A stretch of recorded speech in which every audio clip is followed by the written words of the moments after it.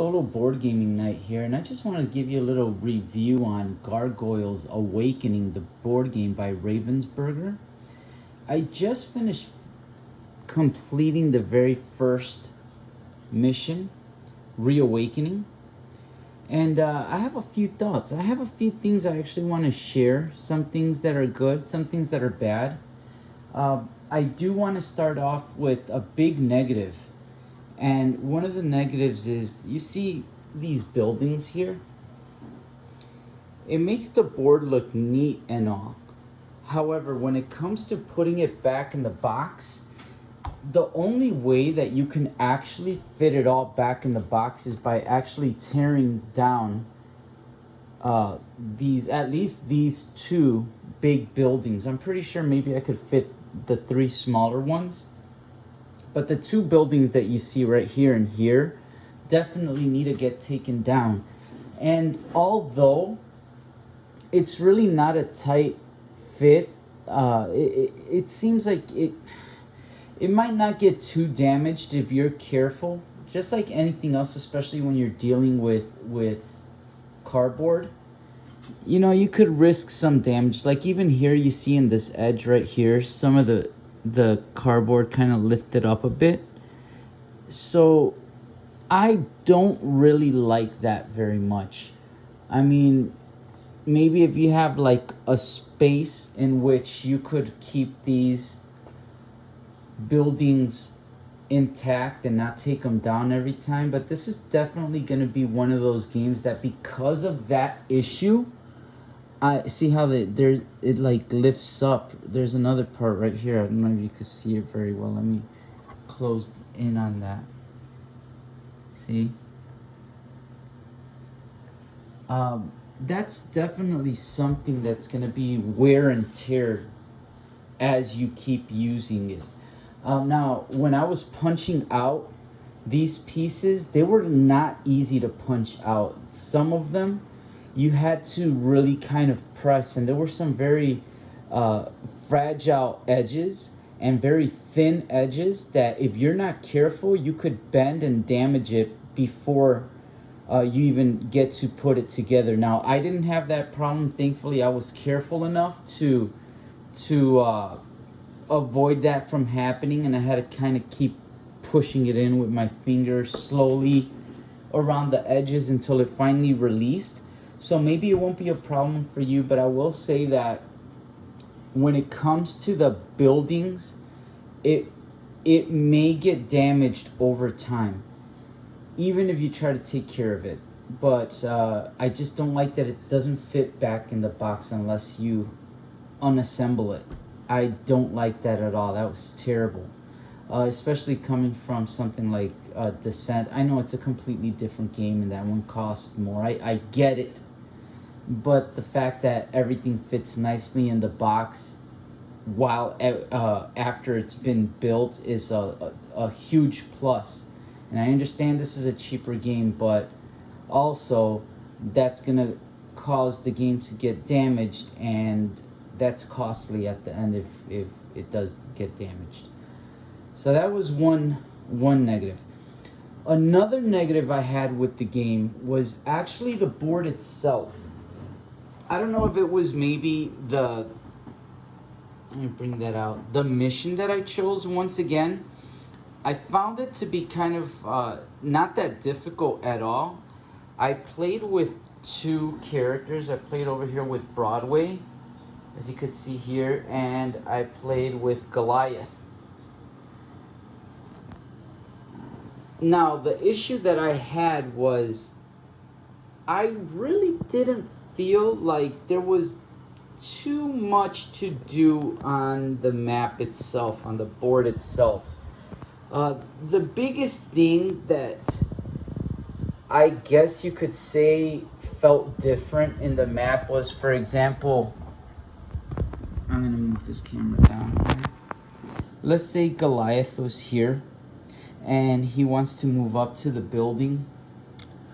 He could move a maximum of his of 2 moves per action. He has 3 actions. He can move a maximum of 2 times, right? Well, to move up a building, that's 2 points of action. And to move up again, it's another 2 points of action. So you would have to do 2 different actions to be able to reach this part. But since if you're here like in the corner, you can go a diagonal and just go up using 2 points, like 1, 2. But that would end my movement. And I would have to use another action of my 3 to move again, for example. But like, let's say you're here. You're here, okay? And you're not adjacent to this top portion right here. You're here, okay? You would have to use one action to, since you only have, once again, just so you see it again, since you only have 2 move points, you would have to use one of your 3 actions to move up, because it's 1, 2. That's 2 move points to move up and 1 elevation. And to move up here, it would be another 1, 2. So you would lose 2 of your actions just to do what I did right here. Now, the reason that I bring that up, it didn't really bother me as much during gameplay because I planned accordingly.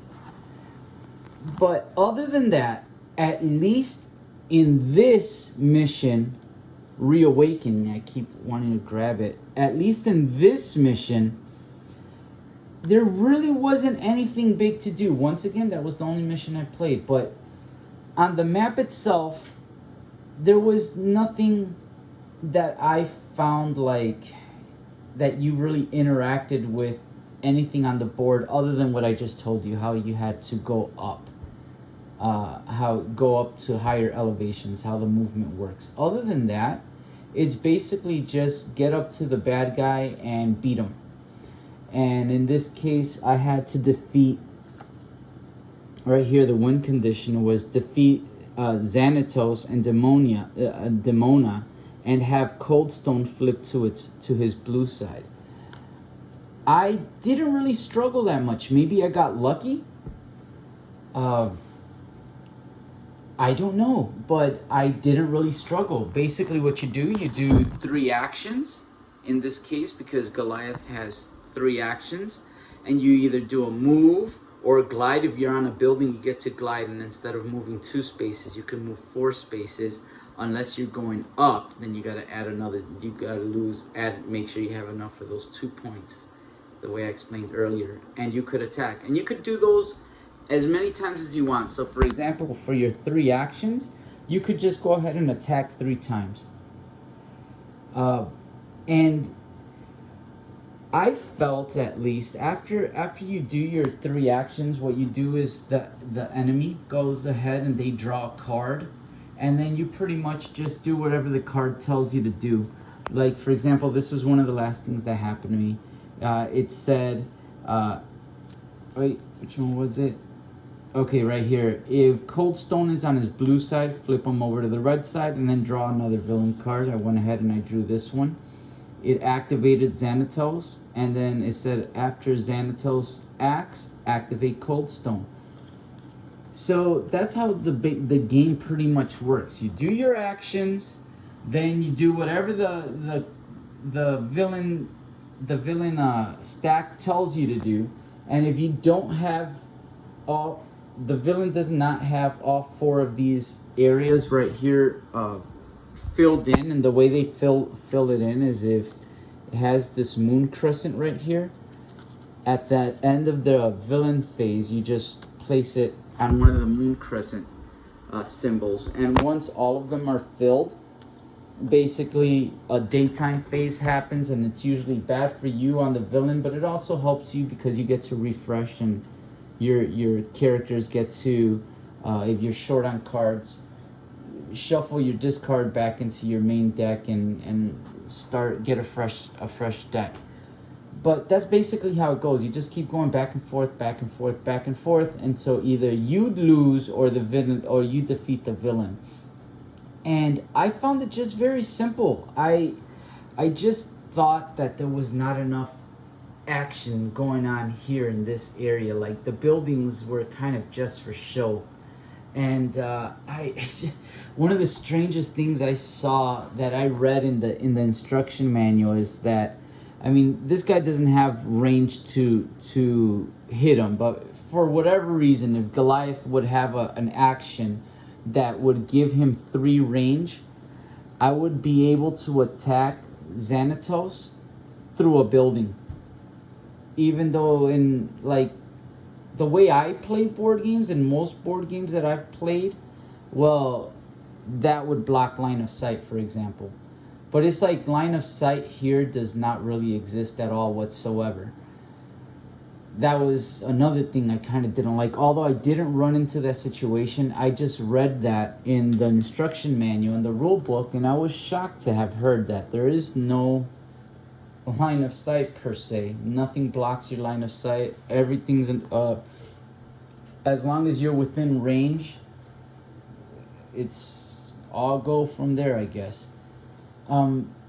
But when it came to the game itself, like the action, the abilities, the cards, some of them were fun, you know, and I did enjoy the actual art of the cards, and some of them were really neat. Like one of the last cards I played, it was like daytime the round before, and I shuffled in my card. I played this one.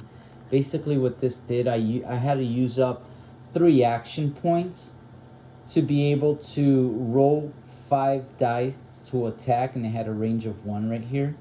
And it turned out that I also got a surge icon. So basically what happened was that I ended up creating 5 damage, which was 2 more than I needed to finish off my the villain. And yeah, the card's abilities are neat, but simple, kind of simplified, and I get it because it's made for the younger audience. However, I don't know any younger audience that would really care about doing the reading and following the rules the way the game. Maybe it's just because of my kids, I don't know, but I think this is aimed more for the fans of Gargoyles, and if you know what what the Gargoyles are, then you were around in the late 80s, early 90s. And I guess that's really who they're trying to sell it to, if you really think about it, unless they made some sort of reboot that I never knew about. But yeah, the game is okay. It's not bad, it's not good either. I don't really like giving number ratings to anything because it's just like, I don't know, like an 8 to me could be a 7 to you, for example. But on like fun factor, it was somewhere around the 7-ish, but it might drop as well. I don't know, it might also go up. That's why I don't like giving numbers. But as a first impression of my first game, I didn't think it was hard to learn, so that's one thing. If you don't like having to go through a lot of rules in a rule book, it's a quick rule book, easy to learn, very thin as a matter of fact. And the last 2 pages basically are just like how to build the buildings and a reference in the back. It's quick to learn. It doesn't really take up too much table space. It takes up a little, actually. I mean, maybe it's because the way I play, but I played with 2 heroes at the same time. I was gonna play with 4, but then I was like, no, let me go with 2 for the first game. If I like it enough, I'll ramp it up with more characters. I'm guessing it might have been a little more difficult with more players. I'm not sure, but that's how I played it. I played it with 2. So this is what I would end with, just so I don't keep rambling on. I would say if you like the way the game looks and the box looks and how the art looks and whatnot, go for it. Go ahead and get it. It's not too expensive. You might have some fun. But if you're short on shelf space, like I kind of am, and you really just want to make sure that every game that you have in your collection knocks it out of the park, I would probably say wait for a sale, or just if you pass it up, you might not be missing too much. I mean, I've played a lot more engaging games, especially Descent, for example. Blows this out of the water, but then again, Descent is much more expensive than this. But I don't know. I don't know if I'll play it again anytime soon. I probably will later on. It's just having to disassemble the buildings right there. That, to be honest with you, was the nail in the coffin. If that wasn't the case, if I would have been able to have those buildings like, I mean, I don't understand why that building was so tall. It doesn't make. This is what bothers me about it. And this is gonna be my last little rant. Okay, so you have to pay 2 points to go up, right? But it doesn't matter the elevation. It's still 2 points, right? Of 2 movement points to move up, because that's what it says in the rule book. So my question is, other than it looking cool, if it didn't matter, the size, the height did not matter, you were still going to move those 2 points. Why make it so big and impossible to put it back in the box? I don't get it. I don't get it. It looks cool, but it serves no purpose other than it looks cool. And that was what bothered me about the game. I probably would have even enjoyed it more knowing that, hey, I could just set it up really quick, take it out of the box, but no, that kind of makes it like a bother. An extra step that I don't want to go through. So, I don't know, like, it looks beautiful. I really liked it. I had fun while I was playing it. I didn't hate my time with it. It's just those nitpicks that I told you about, that I mentioned. I don't know, is that enough to stop you from getting it, or would that still, is that not big enough of a con to stop you from buying it, and maybe you want it? That's for you to figure out. For me, I'm somewhere like I'm happy that I have it because I think it's cool the way it looks, the box. But I mean, the box looks cool, but I wasn't fully happy with it at the end. So I would probably say it's a pass. This was Solo the Board Gaming Night. I hope you found this a little bit insightful. I know I went all over the place and I rambled. That's the way I put my thoughts together. I just say it the way I feel. And I just wanted to pass that information down to you guys. I hope you found this informative, and I hope you guys have a great game night. Take care.